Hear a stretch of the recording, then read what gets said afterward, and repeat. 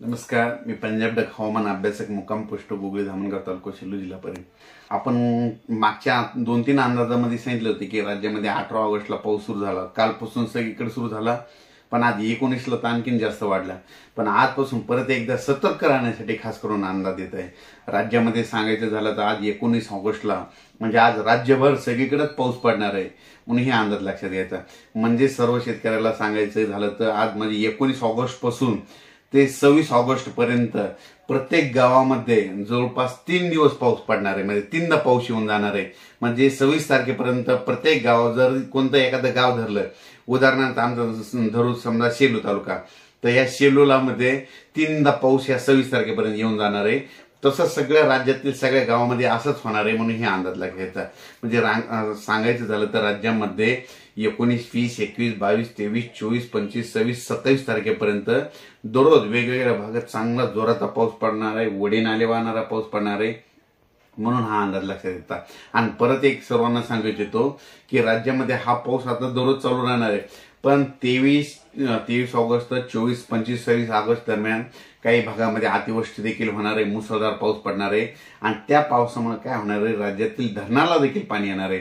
म्हणून ही खास करून शेतकऱ्यासाठी आनंदाची बातमी. सांगायचं झालं तर 23 ऑगस्टचा पाऊस पडणार आहे ते कोणत्या भागावर जास्त पडणार आहे तुम्हाला सांगतो.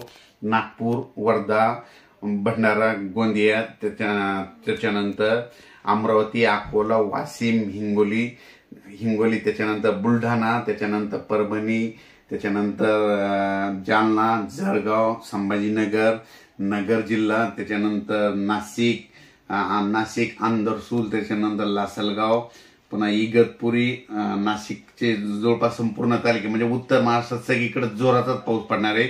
उत्तर महाराष्ट्रातल्या सर्व शेतकऱ्यांनी स्वतःची काळजी घ्यावी, कारण की म्हणजे हे जे 19 तारखेपासून जे पाऊस पडणार आहे उत्तर महाराष्ट्रात खूपच पडणार आहे. उत्तर महाराष्ट्रात पाऊस पडल्यामुळे काय होणार आहे की तिथले जे धरण पहिलेच भरलेले त्याचं पाणी परत सोडावं लागणार आहे. ते पाणी आमच्या जायकवाडीला येणार आहे आणि जायकवाडीला पाणी आलं म्हणजे आमच्या मराठवाड्याची ताण त्याच्यामध्ये मिटते. आणि तुम्हाला सांगतो आता जायकवाडी धरण जवळपास आजच्याला 33% झालेले. तर ह्या ऑगस्ट म्हणजे पोळ्यापर्यंत हे आमचं जायकवाडी धरण जवळपास 50%च्या पुढे जाईल म्हणजे हे देखील या अंदाजामध्ये सांगतो. आणि राहिलेलं धरण पुन्हा सप्टेंबर आणि ऑक्टोबरच्या याच्यात संपूर्ण भरून जाईल म्हणून हे देखील सांगतो. पण राज्यात एकंदरीत परिस्थिती बघितली तर आता तुम्हाला सांगतो, जिल्ह्यावर सांगतो.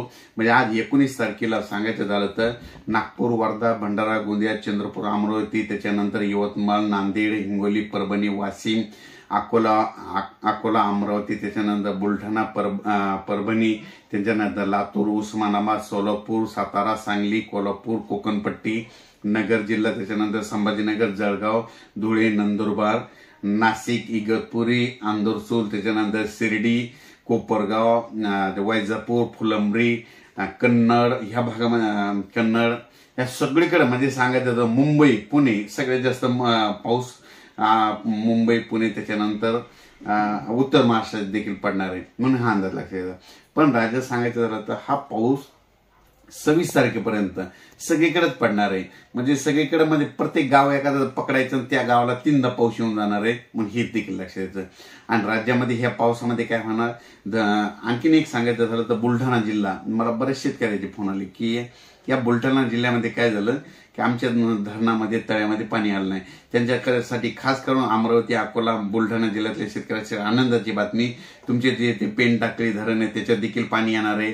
त्याच्यानंतर वैजापूर, कन्नड त्या भागामध्ये थोडेफार धरणं कोरडे येतं, त्या धरणात देखील पाणी येणार आहे म्हणून त्यांच्यासाठी देखील आनंदाची बातमी. म्हणजे सांगायचं झालं तर हा पाऊस धरणात पाणी येणार आहे म्हणून हा अंदाज लक्षात येतो.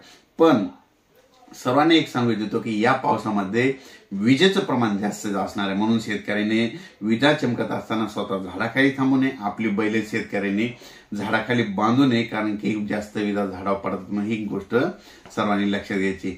परत सर्वांना सांगू इच्छितो हा पाऊस फक्त 26 तारखेपर्यंत राहणार नाही. 26च्या नंतर 1-2 दिवस थोडं विश्रांती घेणार आहे. परत एक कमी दाबाचा पट्टा येणार आहे, पुन्हा पोळ्याला पुन्हा आणखी जोरदार पाऊस पडणार आहे.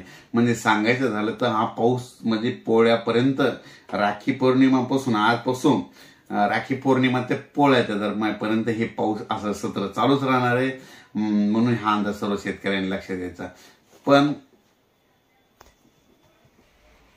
पण ह्या आता जे पाऊस येणार आहे 19 ऑगस्ट पासून ते पोळ्यापर्यंत 2 सप्टेंबरच्या दरम्यानमध्ये मांजरा धरणात देखील चांगलं पाणी येणार आहे। त्याच्यानंतर सेलू तालुक्यामध्ये दुधना धरण त्याच्यात देखील पाणी येणार आहे। त्याच्यानंतर जिंतूरचं येलदरी धरण त्याला देखील पाणी, पेनटाकळी धरणाला देखील येणार आहे।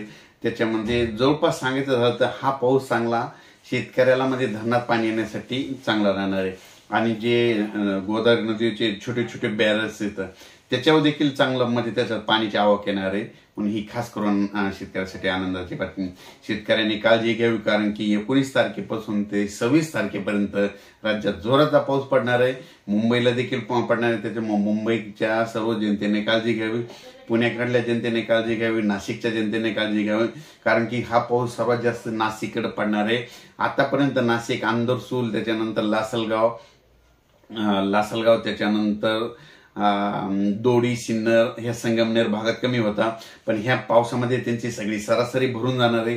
म्हणून खास करून नाशिककरांसाठी आनंदाची बातमी, त्यांना काही दुष्काळ, बऱ्याच शेतकऱ्यांचे फोन आले यावर्षी नाशिक जिल्ह्यामध्ये सिन्नरकडे, दोडीकडे दुष्काळ पडतो का? मी म्हणत घाबरू नका, ह्या पावसात तुमची सरासरी भरून निघणार आहे। म्हणून सर्वांनी काही चिंता करू नये आणि सगळीकडे राज्यात पाऊस पडणार आहे, सगळ्यांना फायदेशीर राहणार आहे। म्हणून हे देखील